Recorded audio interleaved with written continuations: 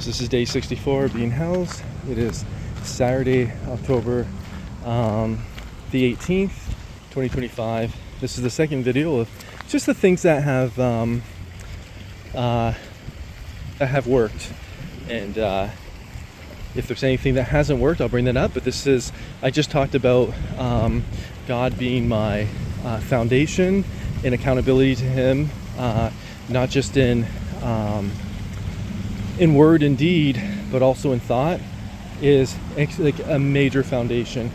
And so in His peace over my heart has allowed me to have access to these thoughts, and to, His peace actually has brought me through many turbulent situations. I'm not sure how much of those were detailed in the videos and how much you would have understood. It's very hard to detail them in videos, but I can attest to how wonderful He is. So the next thing is good quality sleep. Oh goodness, there is something to be said for good quality sleep. If you don't, you can get lots of sleep, but poor quality sleep. And if you don't get good quality sleep, you're more prone to be irritable. You're more prone to be scatterbrained. You're more prone to, feel miserable. You're more prone to, oh goodness, it impacts the choices that you make, and also the selection or your access to the choices that are available. It's kind of like it narrows your mind, and but also too, you're more susceptible to sickness, and you're more susceptible to sickness, you're more susceptible to colds, your body doesn't repair as quickly. Like, there's a lot, the list can go on and on and on. So good quality sleep is imperative, but it's not as simple as that. It's being in an environment that is safe and nurturing is actually the foundation to good quality sleep. If you're not in an environment that is safe and nurturing, you could have the most comfortable bed, you could have the time allocated to sleep, but it's going to be very difficult for you to delve into those deeper levels of sleep because you're never fully relaxed. Health and nutrition. These all probably seem very basic, and they are. They all seem very common, and they are. But much like I used to always say, common sense is not commonly dispensed, and it's very true. We seem to, as people, fixate on. I was just talking with a friend the other day, and he was talking about how he feels like he's done better with losing weight. That's always been a big insecurity of his. But then he was also sharing that, snacks are difficult for him. And he said, but snacks is just in moderation. I can have, some snacks are bad, some snacks are healthy, and I can have a bad or an unhealthy snack from time to time. And I said, there's no such thing as a healthy snack. There's only healthy meals. Snacks are like a placeholder. And if you're gonna have a placeholder, though, it's you can have small meals. But anyways, I think just the term snacks, it's that's a conversation for another time. But anyhow, but everything though that you find, it's wisdom is justified by her fruits. So you're going to bear fruit of the wisdom that's applied. So similar to somebody who's working out and they say, oh, this is really good, this is really good, this is really good.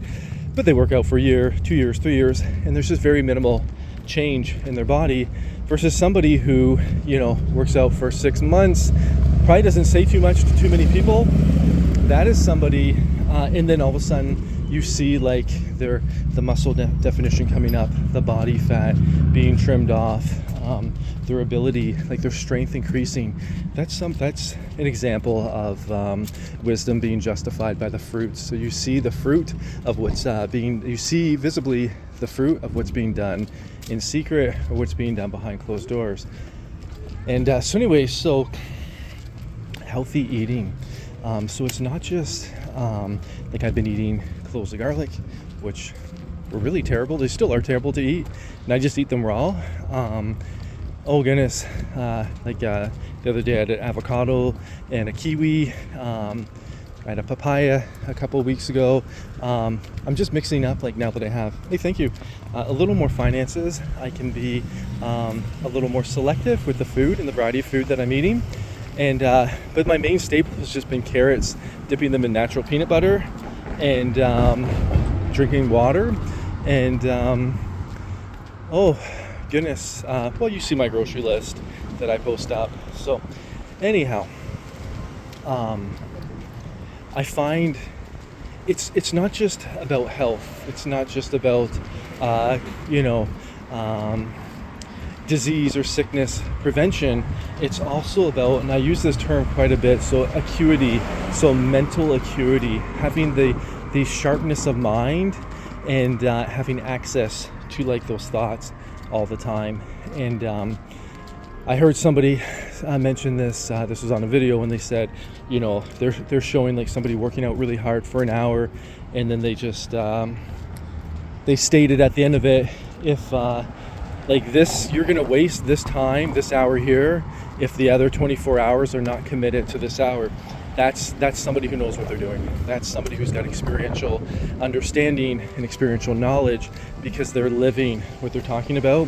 And I find that's the same thing with mental acuity, and also having, like, a calm, like being calm and not being ruled by your emotions.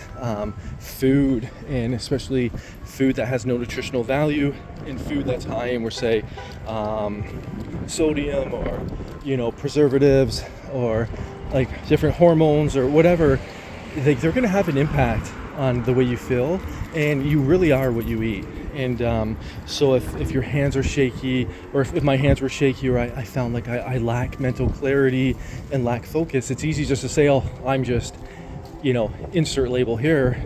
But it's difficult to be accountable for what you're eating, and then change your thought pattern on, once again, eating to live and not living to eat, and then changing the food that you're ingesting, and then taking note of whether it's working and the impact that it's having. So that's what I'm doing right now. So the impact that it's having is, and this is with all of these things that I just talked about.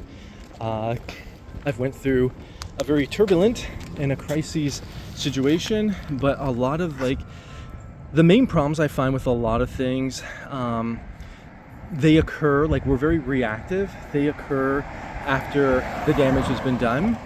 I find that the best solution is preventative. You just want to ensure that if you're headed towards a ditch, of course, if you go in the ditch, there's going to be damage to your car, there could be damage to the people in the vehicle, etc., etc. But and then you have to work from there, get the car out, bump out, like, any details that can be bumped out, and like, rehabilitate, like, any injuries. But what's better than that is to ensure that you don't go in the ditch. And I think of like those rumble strips that they have on the side of a highway. Those are preventative, and it's the same thing. So for me, going through this situation could have been very bad, and I praise God that it hasn't been. And but this routine has really helped prevent me from going down, say, dark thoughts, from going down, like, or succumbing to dark circumstances, or there's going to be a myriad, and for some reason I just want to use that word. There's going to be a myriad of things that were avoided, that I will probably never know and never understand. So I always want to be very thankful and grateful. And so anyways, in just sticking with this routine and remaining focused on this routine, there's a lot of wonderful health benefits, and it's pointing me in the right direction. This is what I'm going to carry forth with me, and I can keep refining to it, and altering it and shaping it to, like, as I have more finances, as I have attained more information and knowledge. So I'm constantly growing, constantly evolving, and then but constantly maturing and learning from past mistakes, and then applying those learning lessons. So anyways, I'm here at work now, so very happy to be able to share this, very happy to have taken the time to be able to note these things and to bring them up to the surface. And it's wise to do so. It's wise to journal and journalize. Anyways, God bless you and have a wonderful day.